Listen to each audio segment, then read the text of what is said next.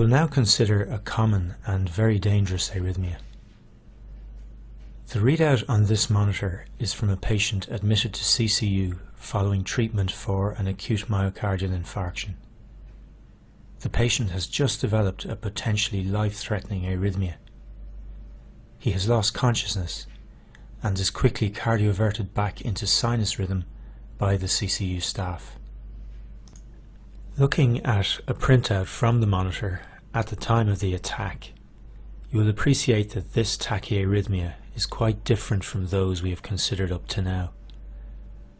The QRS complexes are broad, at over 4 small squares in width, that is greater than 0.16 seconds in duration, well beyond our upper limit of normal. This is consistent with an origin of the arrhythmia from a focus situated below the bifurcation of the bundle of His. This is ventricular tachycardia, or VT. VT is extremely common, particularly in the setting of acute coronary syndrome, and is potentially lethal. In the presence of coronary arterial obstruction, infarction of myocardial tissue is not generally uniform. Particularly at the margins of vascular territories, there may be a degree of overlap in blood supply between vessels, and it is possible for strands of cells to survive within the infarcted area. Such a strand of viable tissue has lost much of its cellular contacts due to the death of surrounding tissue, and for this reason, depolarization and repolarization properties may differ significantly from unaffected tissue adjacent to the infarct.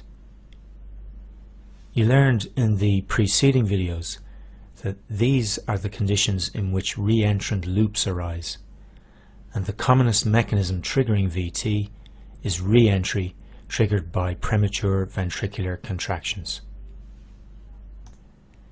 In fact, looking back at our patient's monitor, this beat represents the initiating ventricular ectopic. You'll notice that the triggering ventricular ectopic is similar in morphology to the QRS complexes of the subsequent tachyarrhythmia. You will also appreciate that following an initial brief period of irregularity, the tachyarrhythmia is monotonously regular. This regularity is a very characteristic feature of ventricular tachycardia. In our patient's case, although not completely identical, the QRS complexes are very similar in morphology. This is a monomorphic ventricular tachycardia.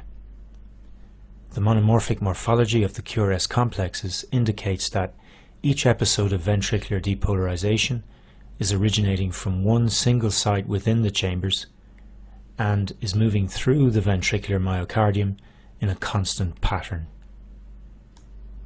You may have spotted this earlier event on the patient's monitor.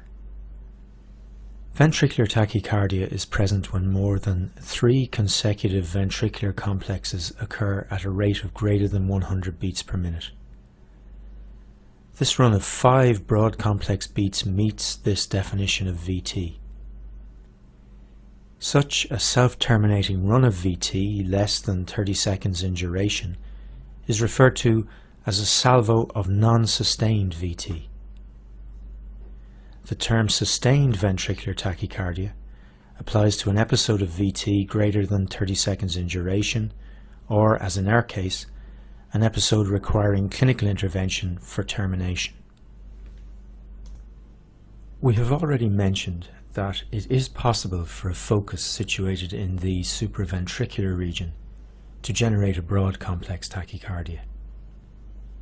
This situation arises if a component of the ventricular conducting system is damaged or fails to function at higher heart rates. Distinguishing such a broad complex tachyarrhythmia from VT is a major challenge, which we will discuss in section 5. There are several features of VT which help us to make this distinction. Far from being detailed, a knowledge of these features will come in very useful. We will now deal with the most important of these features, atrioventricular dissociation. There's an interesting event on our patient's monitor at this point. In the middle of the tachyarrhythmia, we find an apparently normal QRS complex. This is a capture beat. The presence of a capture beat is evidence of atrioventricular dissociation. What does this mean, and why is it so important? Depolarization arising from a focus in the ventricle is not generally transmitted into the atria. Therefore, in VT, the atria may remain uninfluenced by events in the ventricles, and the SA node carries on discharging at its own inherent rate. Equally, the SA node discharges have no effect on the ventricles, as the great majority of P waves arriving at the AV node find the conducting system and ventricular muscle mass refractory to depolarization due to the rapid rate of discharge from the abnormal focus. Electrical events in the ventricles and atria are dissociated. The two regions are both doing their own thing, uninfluenced by one another. The presence of a capture beat in the rhythm strip is evidence of AV dissociation because, as illustrated here, it represents a rare P wave which has arrived at the junction at a point in time when the conducting system and ventricles are in a non-refractory state. The SA node discharge therefore depolarizes the ventricles through the normal pathway of the conducting system, generating a QRS complex of normal duration. Recognition of a normal QRS complex in a run of broad complex tachycardia, a capture beat, is strong evidence of AV dissociation. The presence of evidence of AV dissociation is very reassuring in diagnosing a broad complex tachycardia as VT. By definition, if electrical events in the two regions are occurring independent of one another, then ventricular depolarization is not being driven from a supraventricular focus. There are two other features we can look for to establish the presence of AV dissociation: the presence of fusion QRS complexes and dissociated P waves.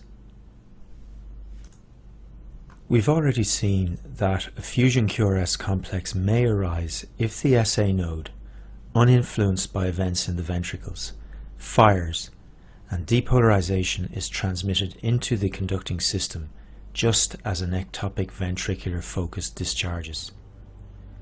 The fusion QRS complex generated will demonstrate features of both sources of ventricular depolarization. To identify a fusion complex, we look for a QRS complex which differs in morphology from the surrounding complexes of the tachyarrhythmia, and which shares features of both the normal and broad QRS complexes. Like the complexes of the tachycardia, a fusion beat is bizarre in morphology, but bizarre in a different way. Although not obvious in our patient, with experience it is possible in many cases to identify P-wave activity fused with the components of the broad complex tachycardia of VT. When identifiable, as in the example shown here, the P-waves bear no fixed relationship to the QRS complexes. This is strong evidence of AV dissociation. The atria and ventricles are depolarizing independently of one another. There are situations in which a supraventricular focus can generate a broad complex tachycardia with AV dissociation, but these situations are rare. In practice, evidence of AV dissociation in a broad complex tachycardia strongly favors a diagnosis of VT. Evidence of AV dissociation is detectable in approximately 50% of cases of ventricular tachycardia. There are many other features which help in the diagnosis of this arrhythmia, and we will discuss some of these in the quiz section and expand on this in section 5. Our patient experienced a run of sustained VT at approximately 150 beats per minute. The rate observed in VT is variable, but most commonly runs between 140 and 200 beats per minute. The high rates achieved in this arrhythmia and impaired ventricular filling are part of the reason why it is so dangerous. However, the highly abnormal pattern of ventricular depolarization is also a major contributor to cardiovascular instability in this arrhythmia. A highly deranged pattern of ventricular depolarization may result in an equally deranged pattern of ventricular myocardial contraction with loss of cardiac output.